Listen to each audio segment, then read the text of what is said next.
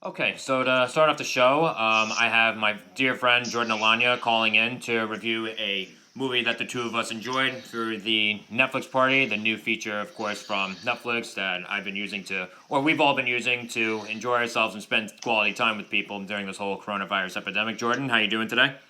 I'm all right. How are you? I'm about the same considering the circumstances, but you know what? We're making the most of it. This could be so much worse. So I'm glad you're on with me today. This movie that we watched is called End of Watch, and it was directed and written by David Ayer and stars Jake Gyllenhaal and Michael Pena.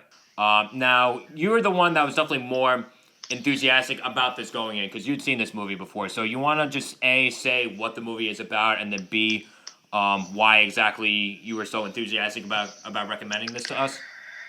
Yeah, so the movie is just about two police officers named Brian Taylor and Mike Zavala, who, it chronicles their day-to-day lives as police officers and best friends. They're partnered up, and they go on to town in South Los Angeles to take down bad guys, and eventually they end up finding some really, really messed up stuff that ends up having them have a hit on them, and it's their entire story, their day-to-day lives as police officers. Okay, so now, uh, why exactly were you so enthusiastic about this? Like, what made you want to recommend this to us? Honestly, it's one of those police movies that doesn't focus on the corruption of police officers and just shows like the real work that goes into it. Personally, for me, I've interned at a police department, and a lot of the work that they do, it really is just sitting down, doing that paperwork, and then, going out there and trying to catch the bad guys. Obviously, it's a little bit dramatized. But then the other aspect of it, too, that a lot of other police movies we don't see is their real lives outside of the uniform. You get to see what they do outside of it. Yeah, it gives them that much more depth when you put as much of a focus on like the regular day to day. It kind of uncartoonizes it all.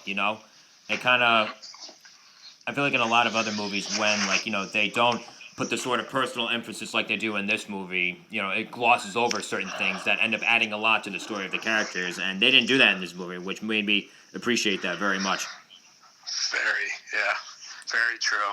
Especially, the moments when they're in the car and their dash cam is recording them and they're just joking around, and then all of a sudden, it just completely switches over to a complete serious tone because something is coming up. And it's just that it's the realistic thing where in an instant, it can just go from super funny to super serious just like that. It really captures the reality of what it's like to be a police officer.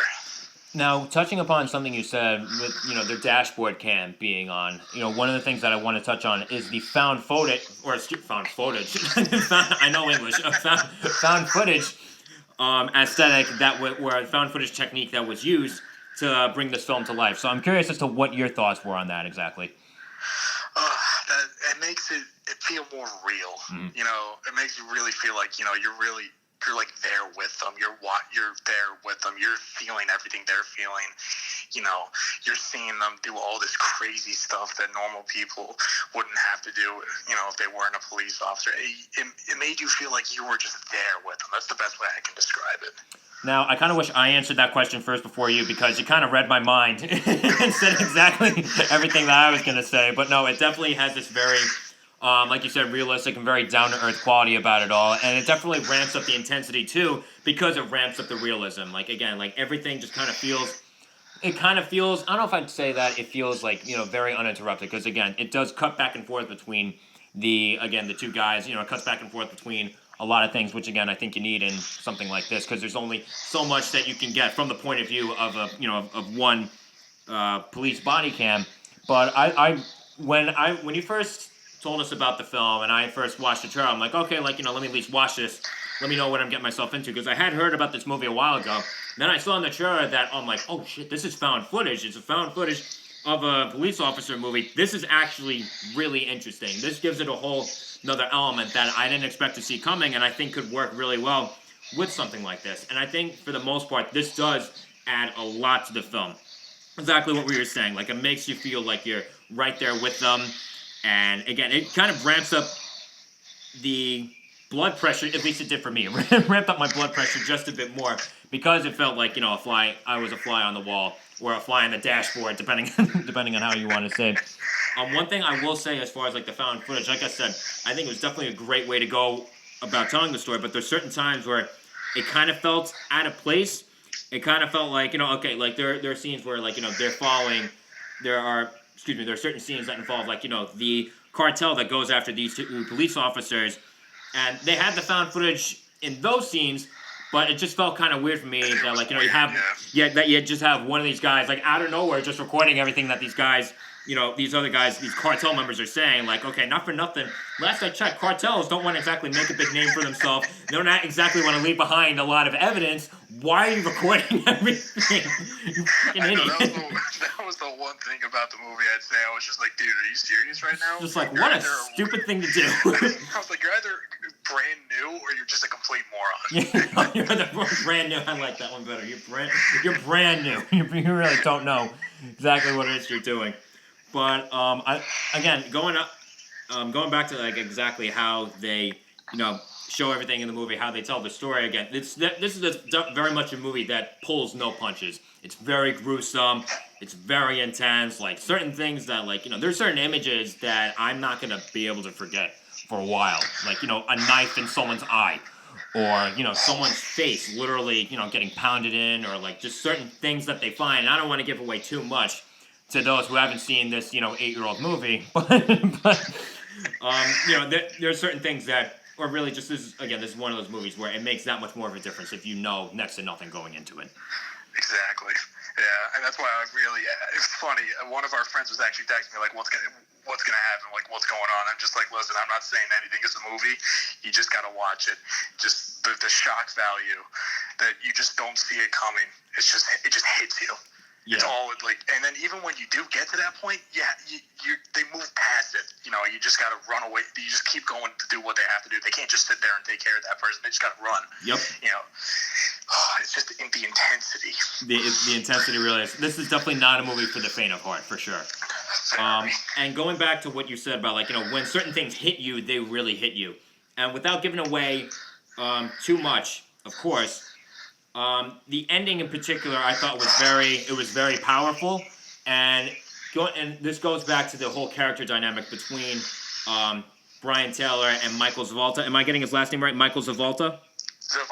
Zavala, thank you. Zavala. Going back to the dynamic that they developed between these two, as much as they're individual characters themselves, I don't know how much I feel like, their individual characters and personalities really popped off the screen, unless they were trying to go for, like, an everyman, like, quality, which I think, depending on what they were going for, that works for this movie. But what made me really care was the dynamic that these two guys had for each other. And that made it made you care that much more. It made it that much more scary that you don't want this bond to be severed in any way, shape, or form. I have to say that was the main reason why I love this movie so much. It's just a completely different perspective from everything else that you normally see in a cop movie. Their bond makes it's the best part of this entire movie. Mm-hmm. It's the best part by far. With that, I have to say, I honestly think that without these two characters in the movie, this movie would not be as good as it was. Yeah, I don't know if it's like necessarily these two characters separately, but these two characters together. These two characters together, this movie wouldn't have been nearly as good as it was. This movie has a lot more heart than I originally thought it was going to. Again, going into this movie, but again, even just the scenes where they're just joking around with each other, which are honestly, they're freaking hilarious too. This is a very unexpectedly funny movie too. Just the scenes where they're joking around with each other to the scenes where they're in a very dire situation and they don't know what's going to happen next, but at the same time, they're still very much looking out for each other. That is the heart and soul of this movie, and for me, honestly, that's probably the biggest anchor of this movie. I agree with you 1,000% on that. Oh, man. I'm still thinking about it, just... It was rough, and I gotta say, I just want to talk about just like one little negative before I get back more to the positive. Again, this is very nitpicky, I know, on my end. There's certain cuts that I didn't like, and again, just like, cutting from certain angles, they just felt like jump cuts, and they kind of just hit my eye the wrong way.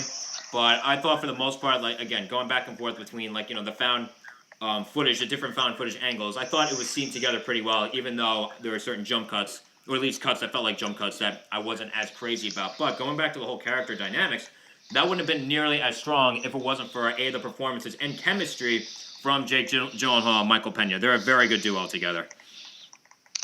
Very, very. And it still I'm sorry, I'm getting a little off topic, but it makes me laugh that Michael Pena went from that to doing Louise from Ant-Man. Which, I'm going to be honest, you know my opinion on Ant-Man 1. Ant-Man 2 I thought was much better, huge improvement, but Ant-Man 1, he annoyed the shit out of me. I was not crazy about Ant-Man 1 as a movie in general, but I'm going to be honest, he in that movie was kind of a let. I don't know if I'm going to say let down, but he was a hole in the ship for sure. I can see your point of view on that. I definitely can. But no, I think honestly, and again, because he usually he plays more comedic roles for sure, Michael Pena. But honestly, in this movie, he was very, very solid. Again, I love it when more comedic actors are able to pull off something more dramatic and really just run away with it. And he did a very, very good job. He did, yeah. Honestly, he really did. He took a lot. He really did a lot with that role. Especially the main thing that I really liked too is that they let him, use his native language, Spanish, in the movie, to speak with a lot of the other characters too when he needed to. It's like, it's like real police work. You're going to use your tools and everything to get the job done, whatever you have to do. Exactly. Whatever assets you can flaunt, you're going to use to get the job done at the end of the day. Exactly. And even then, using, like you said, again, him speaking Spanish, using whatever tools he can, even just as a performer for Michael Pena, he was able, as convincing as he was in the more intense and serious moments, again, he very much sold it in the more comedic moments. He was able to just, again, flaunt everything that he had. Any particular emotion or dynamic that, he had to do, he did. He really did. Oh, yes, he did.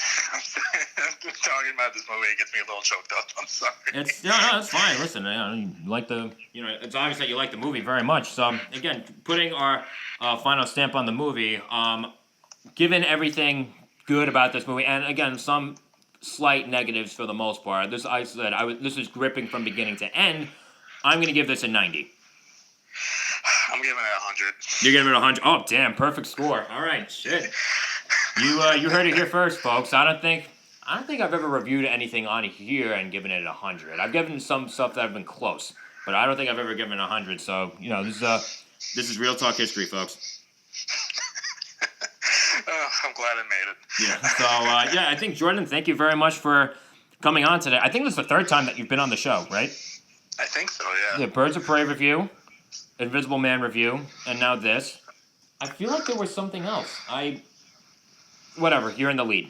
Whatever, you're definitely in the lead. My brother's a close second. But either way, no matter how many times you end up coming on, I always have a great time. And you always bring a lot to the table. So, Jordan, thank you very much for coming on as per usual. Thank you for having me. I appreciate it. Anytime. All right, I'll talk to you later, all right? All right, sounds good. All right, bye-bye.